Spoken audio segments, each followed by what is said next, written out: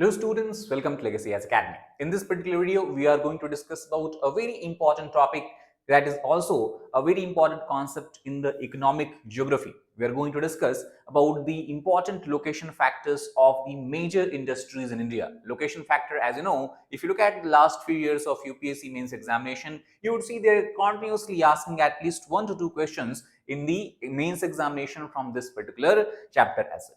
So let us try to understand what do we mean first of all by the term location factor, what are the major industries of India, how they have utilized this location factor for increasing their profitability, and also what are the recent news that we have seen coming from these particular industries as such.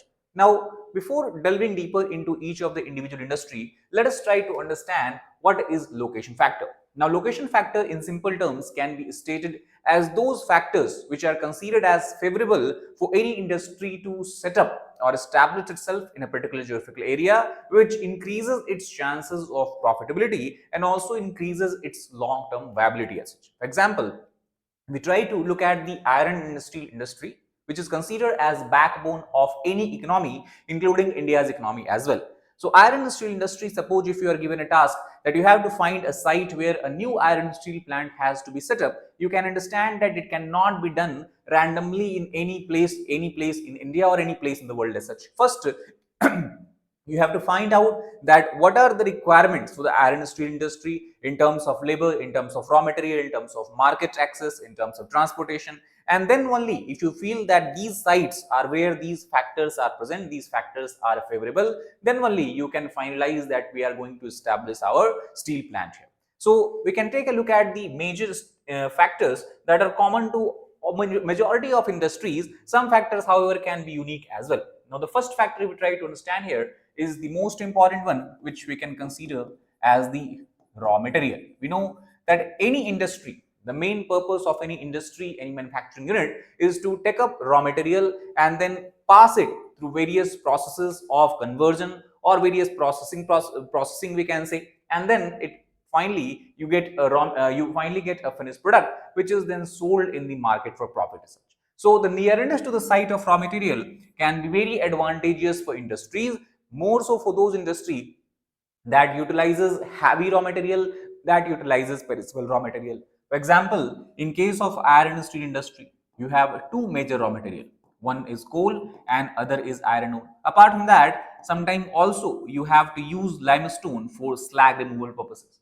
So if you look at the three raw materials, one thing that you'll find common between them is that these raw materials are very heavy in nature. That means transportation cost is very high in terms of raw material transportation. And suppose you establish industry that is thousands of kilometers away from the site of raw material, transportation cost itself will eat into your profit and will make industry unviable in nature as such. And that is why for iron and steel industry, it is best to establish itself near the site of or around the site of raw material. Second, obviously, in industries, you have continuous working of machineries, you have different processes, you have different fractionating columns, for example, in petroleum refinement industries, you have boilers in many industries. So they require continuous uninterrupted supply of energy. Energy is what we can also call as power, or we can call as electricity as such. So the continuous supply of electricity is another vital factor that ensures the viability of industries. And as we know, electricity and power can be produced through various methods, whether it is nuclear energy, whether it is hydroelectricity, whether it is tidal based energy, whether it is coal based thermal power plant, that is the most traditional method. You have natural gas based power plant. So out of all the modes of electricity that industry can utilizes, the cheapest one obviously is hydroelectricity. So basically, as industry, if it is dependent on hydroelectricity or hydel project, in that case its cost of production will be less.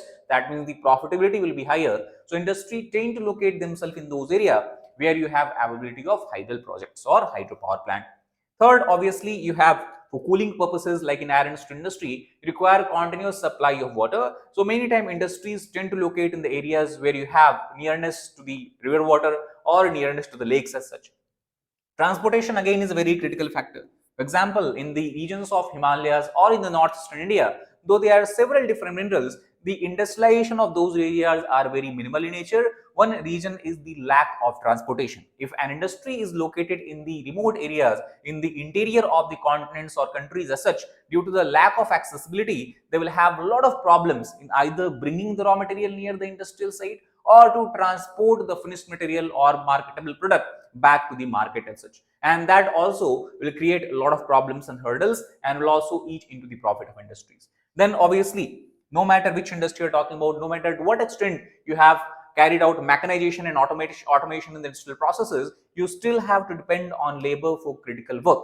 Some industries such as cotton textile industry require high number of laborers. These are labor intensive industries. On the other hand, some industries are largely dependent on automation and mechanization, but there is still, again, you need skilled or highly skilled, semi-skilled labor as such. So labor is vital, and especially in the industries where low skilled laborers or unskilled laborers are in demand, they tend to locate in area where you have high population density, tribal areas, for example, or where you have the ability of cheap and abundant labor as such.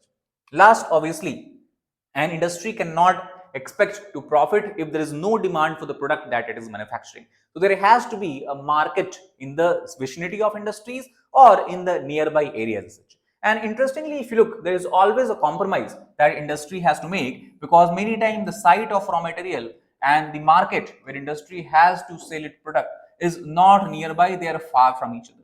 So whenever you have such situation where raw material and market is far from each other, industry generally tend to locate in the midpoint.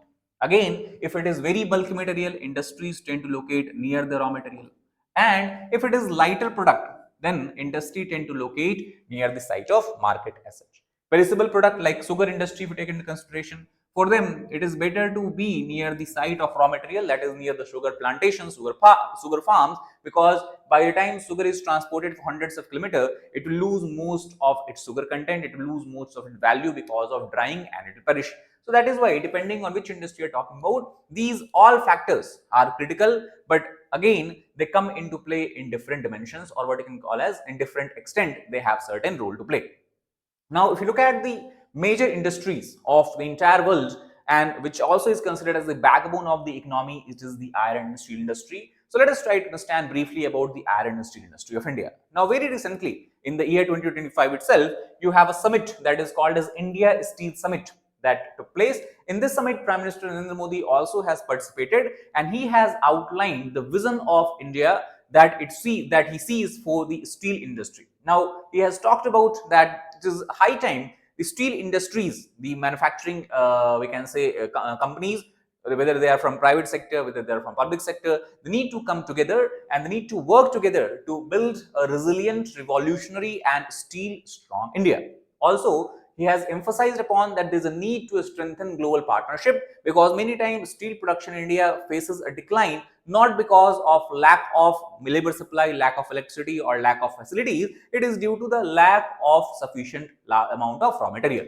So securing of raw material from other countries is very vital if we want to increase our steel production in the coming future as such. Third, also he has talked about that many times India is one of the countries that is blessed with both large reserves of coal, which is another major raw material for steel, and iron ore, which is the major ingredient of steel. So many times we have large reserves of iron ore, but what we face problem is in the extraction of iron ore. The pace of extraction of iron ore, the supply of iron ore from mines is not able to meet the demand of iron ore from the steel industry as such. And that is why he has focused upon that if you want to increase the steel production, we have to extract more and more iron ore from unused greenfield mines as well.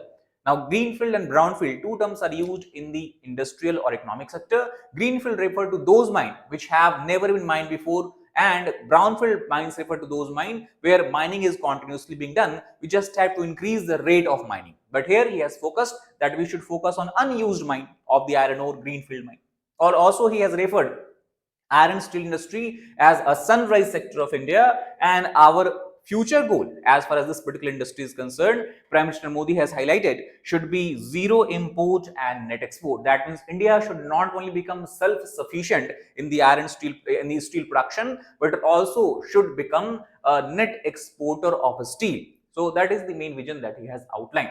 Now, if you try to look at India's position in the world as far as the iron steel industry or steel production is concerned, India holds second number today after China. China produces about 1019 million tons of steel per year. India's position is about 140 million tons. So you can understand, though India holds the second highest steel producer rank of second highest steel producer in the world, we can see that as compared to China, still we produce 6 to 7 times less steel.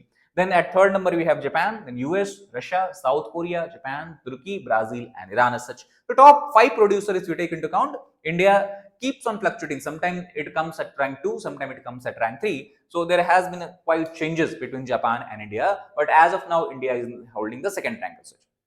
Now here also Prime Minister Modi has outlined that we have our vision that by year 2030 we should increase steel production capacity in India to 300 million tons. Now if you look here, in 2023 total production from India was 141 million tons. In 2024 it has increased to 179 million tons. So in the next 6 years he is planning to increase the production from 179 million ton to 300 million tons. Not only we have to increase production, we also have to increase per capita steel consumption. Per capita steel consumption is dependent upon the population and the total steel being produced by a country. So the goal here is to grow per capita steel consumption from 98 kg that we have today to 160 kg as such. And also because per capita steel consumption is a better yardstick that measures the level of economic development a country has achieved or the stage of the economic development a country is resting as such. Now, let us look at the major steel production centers of India. Since the Jayanagara plateau of eastern India, which is largely spread over 4 states of Jharkhand, Chhattisgarh, Odisha and West Bengal, because in the Jayanagara plateau, you have the availability of all the 3 major minerals or raw materials that is required for iron and steel industry. That again we have discussed before. You have availability of coal, you have availability of iron ore, and you have the availability of limestone as well. Coal, for example, the largest and the oldest coal field of India you have in this area, such as Jharia in the Jharkhand, and then you have Raniganj coal field that is in West Bengal. So, 2 major sources of coal which supplies coal to all the industrial steel plants that you see in this particular area. Then, apart from that, you have the limestone that largely is obtained from Odisha. In Odisha, you have 2 areas. One is Sundargarh, and the other region from where limestone obtained is Bir Mitrapur. So you can see coal from Jharia and Raniganj, limestone in Odisha from Sundargarh and Bir Mitrapur, and then you also have large reserves of iron ore, such as in the Singhbhum district of Jharkhand, you have Nova Mundi mines, that is for iron ore. Then further in the Chhattisgarh, you have Bailadila mines. Then further you have in the Chhattisgarh itself, you have Guru Mahisani mines. So these are some of the major mines which supply iron ore to the steel industry here, and that is why across this entire area you can see the major steel plants are located in Bokaro. You also have here nearby in the Jharkhand itself other place where you have the first steel industry of India that was set up in the Jamshedpur, that is also called as Tatanagar, Tata Steel in Jamshedpur. So Jamshedpur, Bokaro in Jharkhand, Durgapur. Both of these, if you talk about Jamshedpur, the company is run by Tata Steel. The industry is run by Tata Steel. Bokaro, you have the SAIL, the Steel Authority of India Limited, a Government of India company. In Durgapur, you have ISCO, Iron Ispat Company of India. Then you have Raurkela, that again you have SAIL. Bhilai in Chhattisgarh, you have a steel plant by SAIL. So Bhilai, Raurkela, Durgapur, Bokaro and Jamshedpur, these are the major cities of steel production as far as India and overall Eastern India is concerned. Now we have discussed the major reason why industries have located here is the availability of all the major raw material. Apart from that, there are some other factors also that have contributed to the location of steel industry in these areas. These factors are, first of all, we can write is the water. In the beginning, I told you steel industry also requires water as such. So water availability, if you look at, you have water availability in the this region that you have in Jharkhand because you have the Suvarnarekha river that is flowing through it. Then you have, after this Jharkhand, you have the other river that is Damodar passing through the West Bengal region. So Damodar river in West Bengal, Suvarnarekha river, availability of water through Suvarnarekha river in Jharkhand. Then apart from that, you have availability of water from the Mahanadi river basin in the case of Odisha. And then you have Tandula Reservoir, you can say, in the state of Chhattisgarh. So water supply, water demand for the steel industry is made by these rivers or reservoirs such. Apart from that also, if you look at this region of Eastern India, it is a tribal belt. Population density is very high in this area. Poverty and unemployment is rampant, and that is why industries are able to get cheap and skilled, abundant labor in this particular area. So labor supply also is also is available. Apart from that, through the West Bengal, you have access to the Kolkata port, Haldia port, through which then you can export the steel produced to different regions of India as such.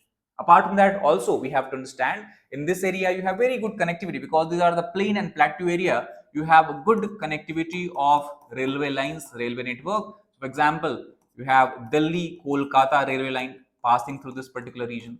You have Kolkata Nagpur railway line passing through this particular region.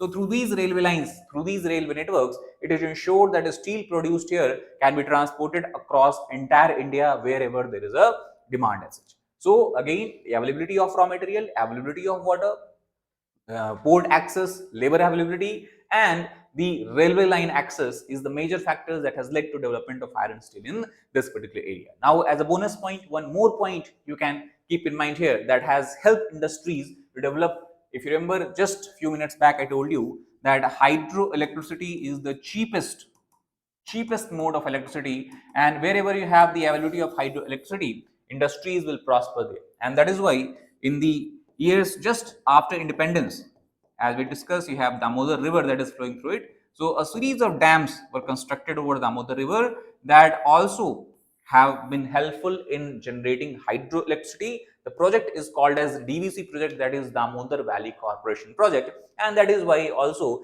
industries are able to get here electricity at relatively cheaper cost, cheaper prices. Apart from the eastern part of India, you have in the southern India also, such as Vishakhapatnam, Visvesvaraya Steel Plant, Vishakhapatnam in Andhra Pradesh, Visvesvaraya Steel Plant in the Karnataka, and then you have Salem Steel Plant in Tamil Nadu. Now here also, if you look at the raw material, in Karnataka, only iron ore is available and the coal is obtained from Telangana. In Telangana, you have Singareni coal field. So from Singareni coal field, you have the coal access. Karnataka, locally iron ore is available in the areas such as Ballari. Then you have areas such as Hospet. These are the major iron ore producing region. Also, you have Chikmagalur in the Baba Budan hills. So from these areas, iron ore is available. You have, apart from that, you have accessibility to the Mangalore port in the western coast. We have the port access. And then in the Salem, again, if you look, iron ore is largely obtained from outside of India. That means you can say imported iron ore is used here. Then also in the local Tamil Nadu itself, you have Neyveli. Neyveli is a coal mine. Largely, it is a lignite variety of coal that is used here or that is found here and that is used by the iron steel plant here. And similarly, Vishakhapatnam, it has a port access. And interestingly, this is the only steel plant of India that uses natural gas as such. So based on these factors, we can understand that the iron steel industry of India has developed in these locations as such. Now, as far as the iron steel industry is concerned, this is a basic industry. The second most important industry, especially from the perspective of employment generation, we can consider to be the cotton textile industry of India. Cotton textile industry of India, as you know, it is based on agricultural raw material, and cotton is largely grown in the western region of India, that is part of Deccan Plateau. For example, the major cotton growing regions we can highlight here, state wise, we can say it is the Gujarat, then you have Maharashtra, a part of northern Karnataka, a part of Andhra Pradesh, a part of Andhra Pradesh as such. So the reason why cotton is grown here is due to the availability of black soil. Black soil generally developed due to the erosion of volcanic basaltic rock, and as we know, the Deccan Plateau is made up of volcanic rock. So you have availability of black soil. That is why cotton is cultivated. Apart from that, also the climate is suitable enough for the growth of cotton. Now, China, as we have discussed in case of steel, India is the second largest producer of steel after China. Here it is the same thing. Again, China is the largest producer of cotton textile in the world, and at the second number is India. Overall, if you look at the contribution of India, it contributes to 24% of global production of cotton, and about 60 lakh farmers of India are involved in cotton cultivation. again, as we have discussed, largely in the western states, that is there. And then you have a small tract in the Tamil Nadu as well, we can see, largely in the Coimbatore, Madurai region as such. So these are the major cotton producing tract. Now, as far as the industrial contribution of cotton textile is concerned, it contributes 13% to the total industrial production of India and 12% to the total industrial export of India. Not only that, it also contributes roughly 2% to the entire GDP of India as such. And also by understanding the significance of this industry, recently a scheme called as Prime Minister Mitra Park scheme has been announced by the government, which is Prime Minister Mega Integrated Textile Region and Apparel. The problem of cotton textile production in India is it is a very fractionated industry. Cotton production is not happening at a large scale level in integrated manner. It happens at a small manufacturing level, or what you can call as manufacturing houses level, and that is why scale of economy is bad here. So to ensure that we can do similar kind of production as done by China at a very large scale level, that is the objective of Prime Minister Mitra scheme as such. Now, as far as the manufacturing of textile in India is concerned, it has been a major contributor of India's growth. It has been the major or largest labor employing sector, we can say one of the largest labor employing sector as far as the economy is concerned. But still, in the last 10 years, we have seen a contraction in the overall manufacturing quantity as such. And again, government has set up here a goal that we have to reach a goal of $25 billion as far as the exports of cotton to outside of India is concerned by the year 2030. And to ensure that, government also has announced another mission, that is the export promotion mission as such. Now, this export promotion mission is also being welcomed by the CTEP, that is Cotton Textile Export Promotion Council, and they have said that such kind of missions will obviously help India in achieving its goal as far as the cotton textile sector is concerned. However, the most important mission that government has announced for the cotton textile industry is the mission for cotton productivity. The mission for cotton productivity largely focuses upon three key areas. First, it focuses upon significantly improving the productivity of cotton farming, the sustainability of cotton farming. Today, over 90% of cotton that is produced in India, that is grown in India, we can say, is genetically modified cotton, which has a much better yield as compared to traditional varieties. Second, government also will promote extra long stipple cotton varieties. The advantage of this is that from the same field, more cotton textile can be produced if long stipple cotton is grown here. And third, best of science and technology support will be provided to farmers to ensure that they can grow not only cotton but the best quality of cotton in India as such. So this is the main objective of mission for cotton productivity, that again can give a fillip or boost to the cotton textile industry of India as such. Now, as far as the cotton textile industry of India is concerned, because we have discussed that the major cotton growing areas are these, the cotton textile industries also tend to locate largely on the basis of availability of raw material.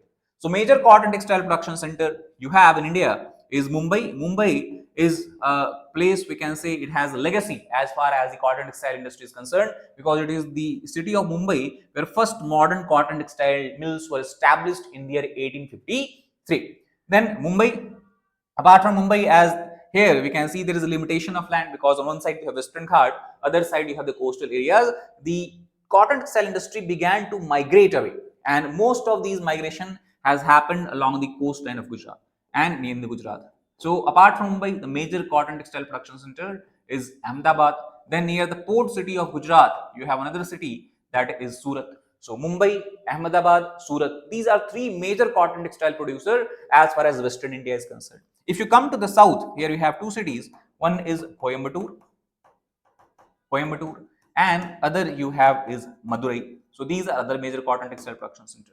And that is how we can understand the four major cities as far as cotton textile production is concerned. Apart from that, a small scale production you have in the Uttar Pradesh, also nearby Kanpur, Allahabad. You have some cotton production in Delhi region, Punjab region as well. But these are the major cotton producing region of India as such. Again, apart from availability of raw material, for example, Mumbai also has another favorable location factor, that it has port access, and thus export is easier from this particular area. Apart from that, also, as we have discussed, on this side you have the Western Ghats, and when the rivers flow out from Western Ghat, they come at very high speed. They flow at very high speed because they're coming out of the mountain. The kinetic energy of the water is used to generate hydroelectricity. So cheap hydroelectricity is also available here. Apart from that, we know Mumbai is considered as the financial capital of India. So we have no dearth of financial incentive. We do not have any dearth of capital, insurance and all these for industries as such. Plus, since many years, Mumbai has attracted laborers from all across India. Mumbai is one of the largest metropolitan region, we can say, that attracts labor from all corners of India, whether it's from North India, East India, West India, South India, and thus there is no shortage of labor supply also. So you have availability of raw material, you have availability of cheap hydroelectricity, you have access to port, you have availability of capital and finances, you have also availability of labor supply. So what more an industry can need? That is why Mumbai and also climate is very suitable here, because cotton textile industry generally tend to locate in those climate which is warm and humid in nature. Humid is the most important part, because if climate is very dry, when you are weaving cotton thread from the cotton flower buds, cotton thread will break. You cannot make very longer threads, and that is the advantage Mumbai has, because it has humid climate due to the coastal location, and thus that is another favorable factor. Plus, in Coimbatore, Madurai, you have additional factors of again hydroelectricity, especially after the Paikara hydro project was commissioned here. So these are the factors we have to highlight as far as the cotton textile industry is concerned. That is the second major industry, that is cotton textile. Now coming to the third industry, that is again a very important industry, is the automobile industry of India. Now, automobile industry of India is not concentrated in a particular region like cotton textile and iron steel we have discussed. If you look at the map here, you can see that many of the automobile industries are scattered all across India. But major region, again, if you have to highlight, concentration will find in the Delhi NCR region, we can say, spanning all the way from Delhi to the Uttar Pradesh in the east and Haryana in the west. That is Lucknow, Gurgaon, Sonipat, Delhi, Rajasthan also, Alwar you have. Similarly, you have a steel plant in the eastern India, Kolkata and Jamshedpur we have discussed. Nearby, you have Burnpur steel plant. So there also you have the automobile industry, because one of the major raw material required for automobile industry is the availability of steel as such. Then along the western coast of India, such as Mumbai, Pune and Satara, you have automobile industry, largely because again you have the accessibility to port. So both for the import of raw materials as well as export of finished product, it has an added advantage. Then you have Hyderabad, because of the government policy here, favorable government policy, pro-industrial policies of the state of Andhra Pradesh. Hyderabad emerged as a major automobile producer of India. Then in the Bangalore, Mysore in Karnataka, and then you have Perambur in Tamil Nadu. These are what we can consider as a major automobile production hub of India as such, whether it is two-wheelers or whether it is the four-wheelers. Now, as far as India's automobile production is concerned, we can divide into four major segments, that is two-wheelers, that is bikes, scooties, three-wheelers, largely auto. Then you have commercial vehicles, that is trucks, buses and all. You have passenger vehicles such as cars, jeeps and all that. So if you look, 80% of India's production is of two-wheelers, and in remaining 20% is all these three. If you look at the production of passenger vehicles, it is about 13%, 4% is your commercial vehicle, and 2% is three-wheelers.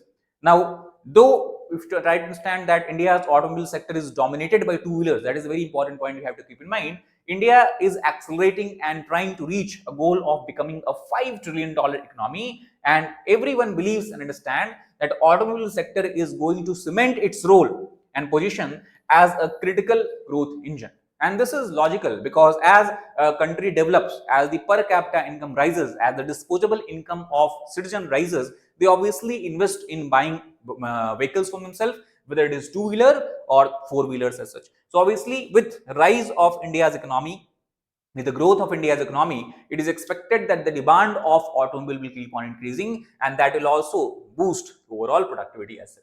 Now, here also a concern that has been raised by automobile sector in the recent times. Actually, on the 2nd of July is when a meeting took place between Nitin Gadkari and the who is Ministry of Transportation Highways and the automobile sector representative as such. They have protested against the proposed emission norms that the government of India is trying to impose on the automobile sector, largely the purpose of reducing greenhouse gases emission or carbon emission as such. So they have stated that such a large scale or drastic change in the emission norms will cause a huge setback to automobile industry, because they have to modify their engines in such a manner. They have to modify their engines so the new fuels that is being developed under the emission norms can be efficiently utilized as such.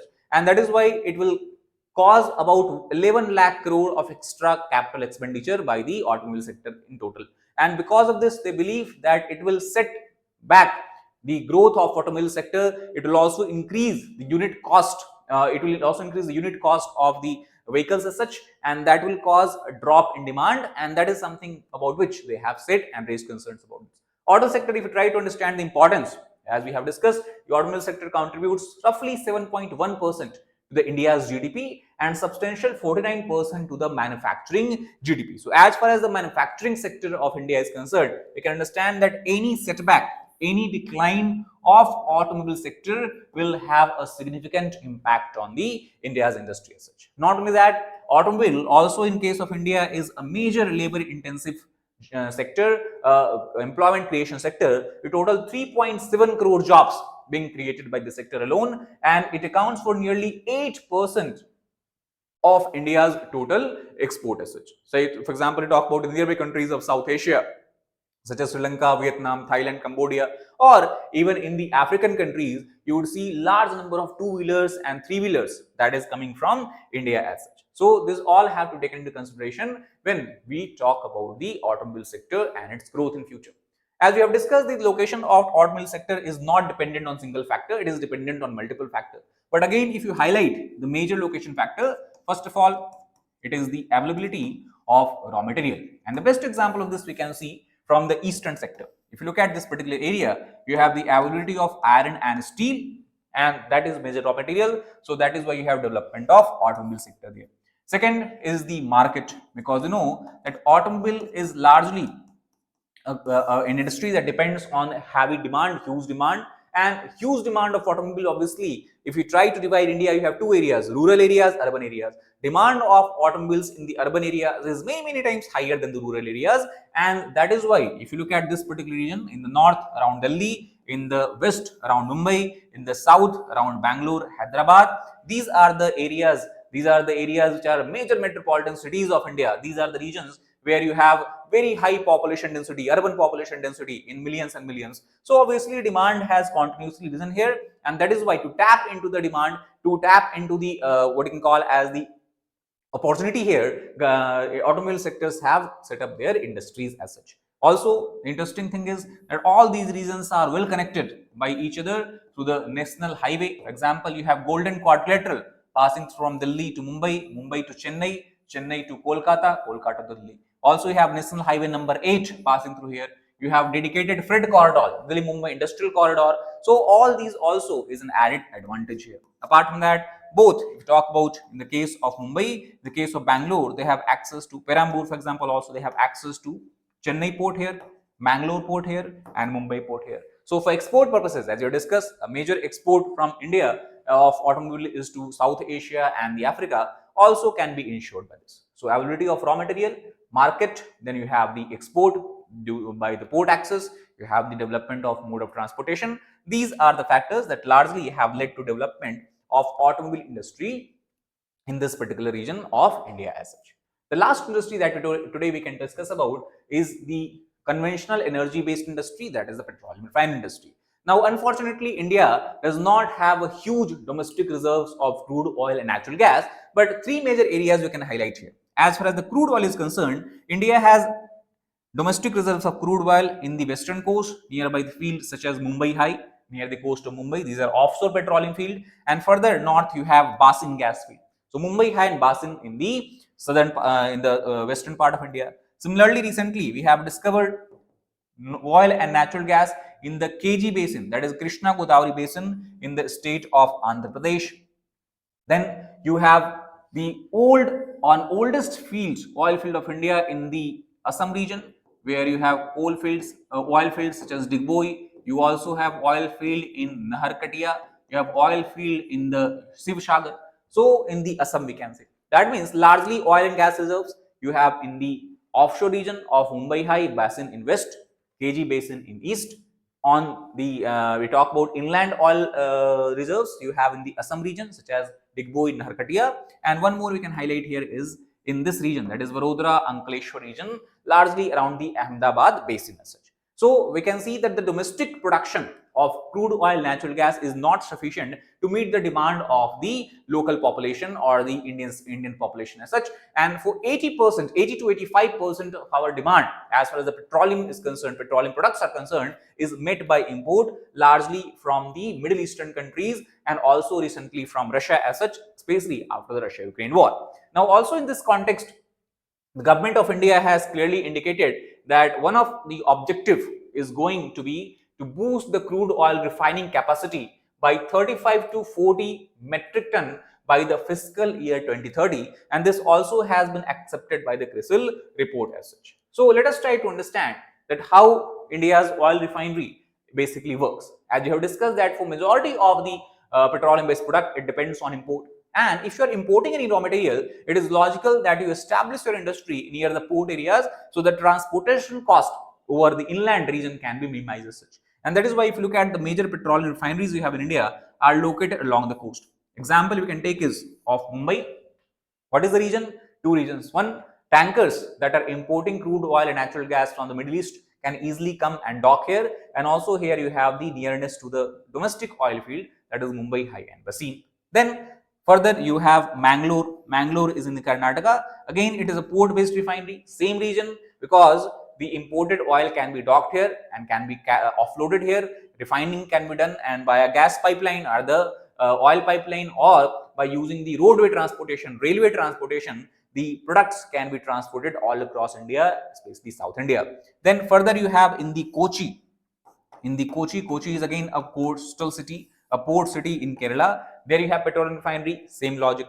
Then you have Visakhapatnam. Again, you have two opportunity here. Nearby you have Krishna Godavari basin, so domestic gas produced here can be refined, and also the imported tanker can be brought here. And then you have Haldia refinery. Again, if you look in the West Bengal, it has port access, same region, because raw material can be made available here. So Mumbai, and further if you go north, you have Hazira is where you have the major refinery, oil refinery, gas refinery, that is in Gujarat. So Hazira, Mumbai, Mangalore, Kochi. Chennai we have listed, Chennai in Tamil Nadu as well. Then you have Visakhapatnam, then you have Haldia. All these are the major refineries of India operating from port region, and the only location factor applicable here is the accessibility to the port and thus nearness to the raw material. Nearness not in terms of the availability of raw material, but nearness in terms of the access to raw material by the oil tankers and import as such. Now, apart from that, you also have some inland petroleum refineries that uses domestic oil as well as imported oil. So, Barauni in Bihar, you have connectivity by pipeline to Haldia. So, for example, a ship carrying oil can come here, and through pipeline, the raw material can be supplied to Barauni. Or Barauni also is connected to the domestic oil reserves such as Digboi, Dibrugarh, Naharkatia in Assam. So, Barauni has access to both imported oil as well as domestically produced oil. Then further, the pipeline is extended to Uttar Pradesh, where you have Kanpur, another petroleum refinery. Then further you have Mathura here, where you have petroleum refineries, you can see. Then here you have Panipat in Haryana, another major petroleum refinery. And then you have Bhatinda in Punjab, as you can see.